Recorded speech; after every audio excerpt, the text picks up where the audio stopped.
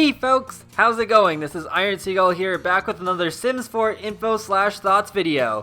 So this is going to be a roundup of all the new information we found out about Get Together from all the recent fan events around the world. So let's start off with the world related stuff. So all of the world maps will be updated to be in full color all the time now. Definitely looks like an improvement to me. Like, I was fine with the way it was, but with all the color, it's definitely easier on my eyes than it was before. Oasis Springs especially seems to benefit from this because now it's a little bit more in your face that Oasis Springs is a desert town. It's not like the others that are all grass. This is most definitely a desert town. And since we're on the subject of worlds, I might as well talk more about Windedburg itself. I think the thing I got most out of everything I've seen is that Windedburg looks amazing. Like, I gotta hand it to the world building team. They definitely knocked it out of the park. Like, in every aspect, it looks way more advanced than any of the worlds we have in Sims 4 so far. The neighborhoods overall look bigger than any of the neighborhoods I've seen so far, and there's really nice use of the public space. There isn't a lot of empty space around. Like, one really good example of creativity here is this chessboard that has plants on it. It looks really cool. There's also wildlife, including sheep, goats, and there's even ducks that cross the road and cars actually stop for them, which is really cool and sounds very cute. I know that when I'm in that neighborhood with the ducks, that's gonna be the first thing I'm gonna look for, to see the ducks crossing the road. Windedburg also has more lots than Willow Creek, which is pretty cool. From what I counted, Windedburg has 26 lots, while Willow Creek only has 22, including the hidden Sylvan Glade lot. So with Windedburg, it'll definitely be a bit easier to fit in lots with content from future expansion packs. To be honest, I've already made a list of stuff from previous packs that I want to incorporate into Windedburg, such as maybe a hotel lot so that my Sims from Willow Creek and Oasis Springs can easily stay in Windedburg for multiple days at a time if they have used vacation days to take off of work. A hot tub for the community pool, a spa would be really cool, an ice cream shop using Cool Kitchen, maybe a bookstore too, since I don't already have one of those in my game. One other thing I really like about Windedburg is that there's two ways to access the bluffs. Like, you can still access it from the world map, but you can also find the secret tunnel on the residential island, which looks exactly the same as the one that you can find to go to the Hermit Shack in Granite Falls. So if my Sims happen to be living on the residential island, then I'll probably always use the bushes, because that's a little bit more realistic to me than just hitting the M key and then having them teleport there. So yeah, it's really nice how they kept it that way. I guess it was originally going to be a secret lot, but then they decided against it for whatever reason. And this is what Nessie looks like in The Sims 4. Definitely more fierce than I expected, but it looks awesome.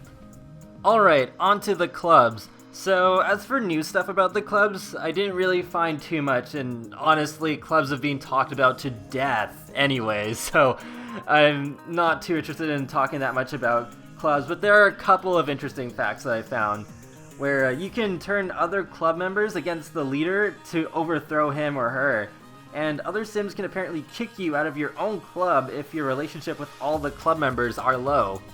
One other thing to be careful about when making your clubs is that initially you can only have up to 6 Sims in your club.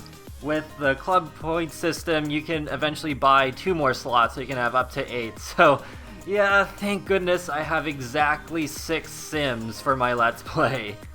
I'll leave a link in the video description below to Delicacy's video about club's gameplay and making her Mean Girls club, because that shows the whole process of how you make your own clubs and stuff. It's a little bit easier to just watch that video rather than me trying to explain it in words. So as far as new aspirations and traits go, we have a new aspiration called Leader of the Pack, which is under the popularity category, and they want to be the leader of the best club in town. Their reward trait is Natural Leader, where they earn club points much faster and they can easily overthrow club leaders. And there's 2 new traits. There's the Dance Machine trait, which we already knew about, and then there's the Insider trait. Insiders love being in clubs, and they tend to be happiest when surrounded by their friends. With the skills, interestingly enough, there's only 5 levels for the dancing skill, and then there are 10 levels for the DJ skill. I'll leave a link to a Sims VIP article that details exactly what stuff you unlock at each level of both skills. And I'm very disappointed to see that the smuscle is not part of the dance skill, it seems. Wow, that's just such a huge oversight.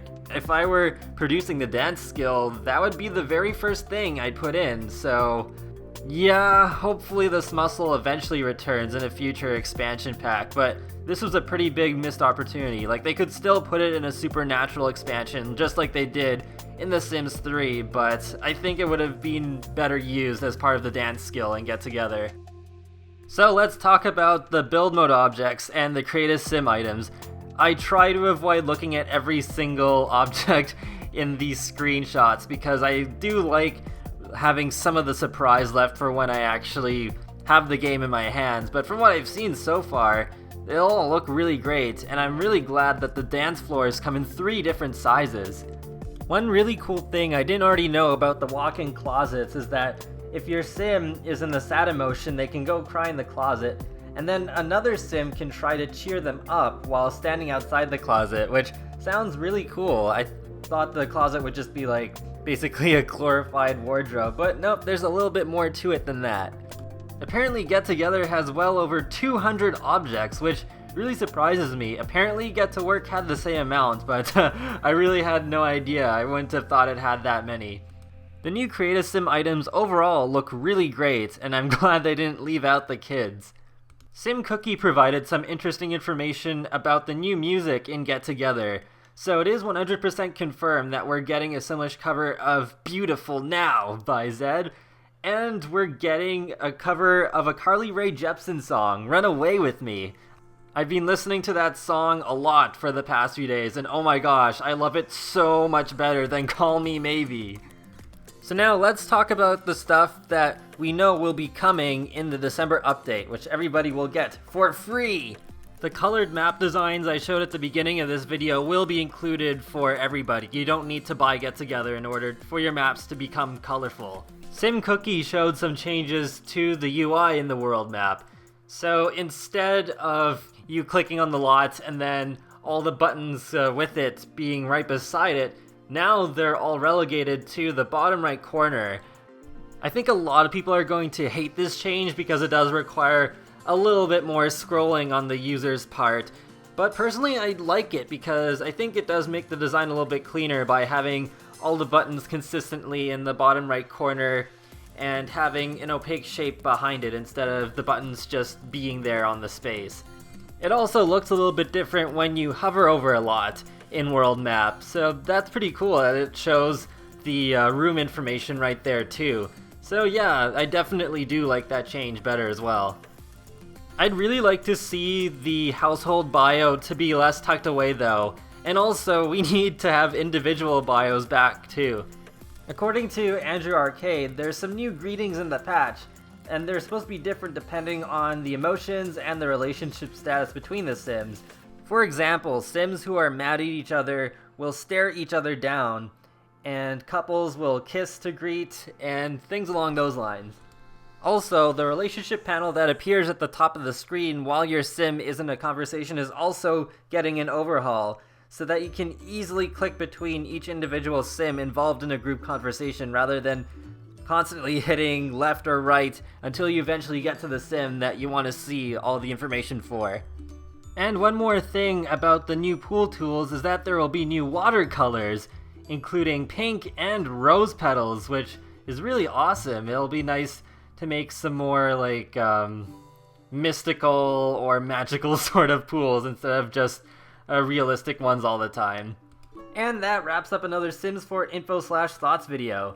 Huge thanks to everyone who went to these fan events and made these great write-ups, screenshots, and videos for us. While I still think this expansion pack could have used one more big feature like apartments, cars, or restaurants, I'm feeling a lot better about Get Together, and I think I'll get a lot of use out of it. My favorite expansion packs tend to be the ones that add to the core gameplay, rather than act almost like a separate game like Get to Work did. Let me know what you guys think in the comment section below. Alright, I'll talk to you guys later, and have a great day! Thanks for watching!